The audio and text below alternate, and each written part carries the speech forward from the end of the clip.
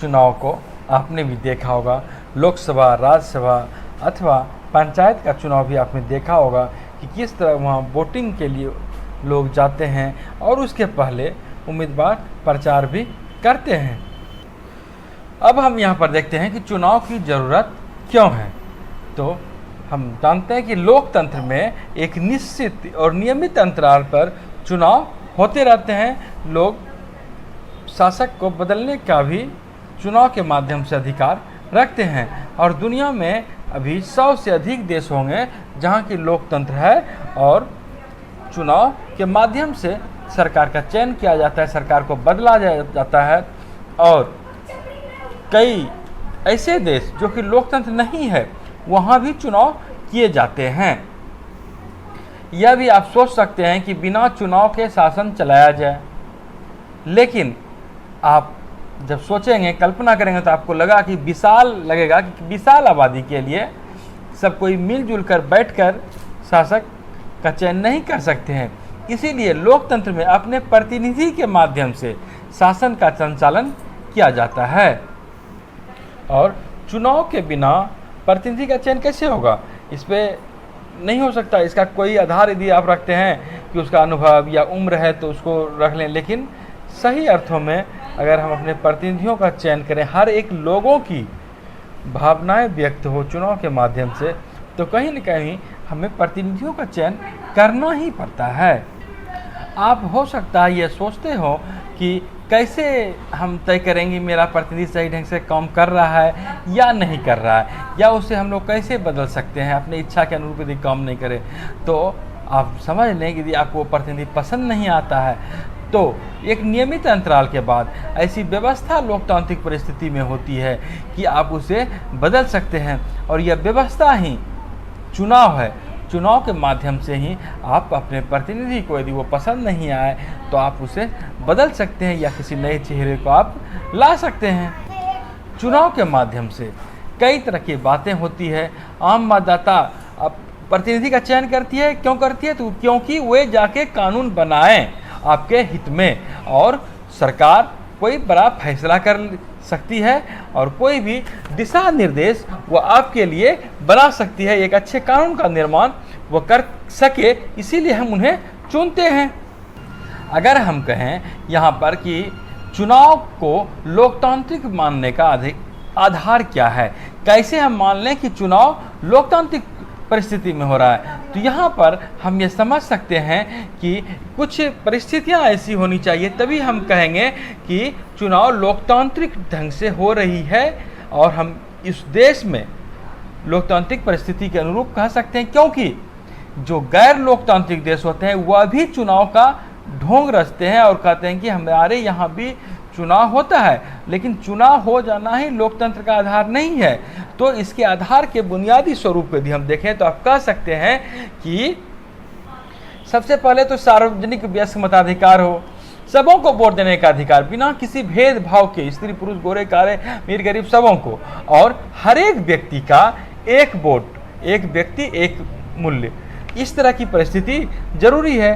वहीं हर व्यक्ति को चुनाव में भागीदार पार्टिसिपेट करने का अधिकार होना चाहिए, उसे चुनाव में खड़ा होने का अधिकार होना चाहिए। मतदाताओं के सामने विकल्प की आज़ादी हो, ऐसा नहीं कि एक ही व्यक्ति हो तो फिर वोट किसको देगा, या एक ही पार्टी का रहेगा तो फिर वोट किसको देगा। तो कई पार्टियां अगर रहती है तो व्यक्ति को लगता है कि नहीं, हमको आज़ादी है, हम जिसको मन होगा उसको वोट देंगे।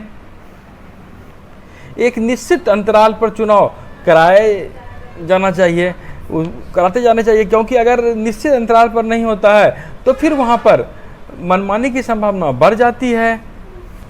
और सबसे बड़ी बात अहम बात कि चुनाव स्वतंत्र होना चाहिए, निष्पक्ष होना चाहिए, किसी के पक्ष में नहीं होना चाहिए।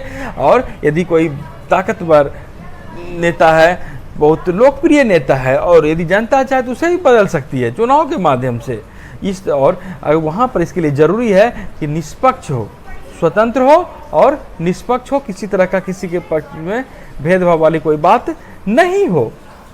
हालांकि ये सारी बातें सुनने में जितनी आसान सी दिखती है, व्यवहारिक धरातल पर उतनी आसान काम होता नहीं है। लेकिन अपने देश के संदर्भ में यदि देखें तो हम कह सकते हैं कि अपने देश में चुनाव स्वतंत्र होता है, निष्पक्ष होता है, लोकतांत्रिक तरीके से किया जाता है, बिना किसी भेदभाव किया जाता है। यही कारण है कि समय समय पर यहाँ सरकारें बदलती रही है। ऐसी बातें नहीं है कि एक ही सरकार आ रही है। जनता ने समय समय पर सरकार को बदल कर दिखा दिया है कि उसके अनुरूप यदि आप नहीं चलिएगा तो आपको बदलने की क्षमता रखती है। और सरकार, कोई भी राजनीतिक दल ने भी दिखाया है कि जनता ने जिसे बहुमत दिया है, सर्वमान तरीके से उसे स्वीकृति भी दी है। अब हम यहाँ पर देखते हैं, क्या राजनीतिक प्रतिद्वंद्विता अच्छी चीज़ है? तो हम चुनाव के दौरान देखते हैं कि जिस क्षेत्र में उम्मीदवार खड़े होते हैं वहाँ कई उम्मीदवार होते हैं और आपस में एक तरह की लगता है कि राजनीतिक प्रतियोगिता हो रही है, प्रतिद्वंद्विता हो रही है आगे बढ़ने की।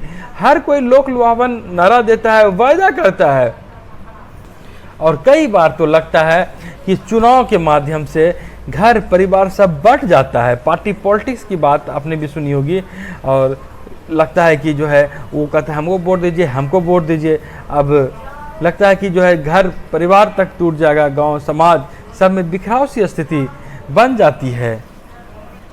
कई लोग इसलिए भी चुनाव में खड़े नहीं होते हैं कि अगर हम खड़े हो जाएंगे तो हो सकता है जो पार्टी है, जो उसका नेता है, वह हमसे नाराज़ न हो जाए। जीत हार तो बात की बात है। तो इस कारण भी बहुत से लोग चुनाव में उम्मीदवार बनना पसंद नहीं करते हैं या किसी के पक्ष में खुलेआम प्रचार भी नहीं करते हैं कि मुझे किसी से कोई मतलब नहीं है। निसंदेह ऐसी आशंकाएं संविधान निर्माताओं को भी रही होगी। इसके बावजूद उन्होंने मुक्त चुनावी व्यवस्था की संविधान में व्यवस्था की। ऐसा करने के पीछे उनका उद्देश्य रहा कि कोई भी नेता आवेंगे तो वे अपने देश के बारे में सोचेंगे, एक अच्छा कानून बनाएंगे और इससे लोगों का विकास होगा। लोग अच्छे लोग आवेंगे तो ऐसा नहीं कि सिर्फ उन्हें कुर्सी का मोह ही होगा, बल्कि सेवा भावना की भी बातें उसमें होगी और वे जब आएंगे तो लोगों का सेवा भावना भी करेगा। ऐसी बातें यदि नहीं होगी तो सरकार को तो अगले वर्ष प्रतिनिधि को जो दावा करती है सरकार के रूप में ही हम रह जाएंगे। अगर वो अच्छा काम नहीं करेंगे तो पब्लिक उन्हें बदलती भी है। और अपने देश में तो नियमित तौर पर चुनाव की बातें कही गई है। लोक लुभावन से ही काम नहीं चलता। यदि सत्ता को सुशोभित करने को उसे मौका मिलता है और काम नहीं करते हैं वायदे के अनुरूप तो सरकारें को लोग बदलती भी है। और इसे इस तरह भी समझा जाता है, कोई भी दुकानदार है वो चाहता है कि कोई ग्राहक हमारे यहाँ बना रहे, अस्थायी रूप से बना रहे। और यदि हम अच्छा सौदा नहीं देंगे तो हो सकता है फिर दूसरे दिन वो ग्राहक मेरे दुकान में नहीं आएगा। ज़बरदस्ती का दिन आप ला सकते हैं। उसी तरह कोई भी राजनीतिक दल हो तो वो जनता की सेवा करेंगे ही करेंगे। यदि नहीं करेंगे तो फिर अगले चुनाव में वो डिफीट खा जाएंगे, फिर पराजित हो जाएंगे। इसीलिए नियमित रूप से चुनाव की बातें यहाँ की गई। राजनीतिक दलों में आपसी मनमुटाव भले ही हो जाते हैं, लेकिन दीर्घकालिक दृष्टि से अगर देखें तो वहाँ पर पब्लिक को फायदा पहुँचाने का हर एक राजनीतिक दल सोचते हैं, क्योंकि यदि ऐसा ना करेंगे तो इसका उसे खामियाजा भी भुगतना पड़ जाता है। यहाँ पर दो कार्टून आप देख सकते हैं किस तरह वो कह रहे हैं कि मेरे पास योजना है, वायदे हैं, घोषणा है। तो वहीं जो मतदाता वो कहता है मेरे पास वोट है। तो देखिए असली पावर किसके पास है। और वहीं दूसरे कार्टून में आप देख सकते हैं कि किस तरह सारे घोषणाएं को जो है ना वो बोरा में बंद करके ले जा रहे हैं। तो ऐसी स्थिति भी लगती है कि जनता के सपने लूट कर भी ले जा रहे हैं, लेकिन ऐसी स्थिति होती नहीं है। जनता के लिए भी काम करना पड़ता है।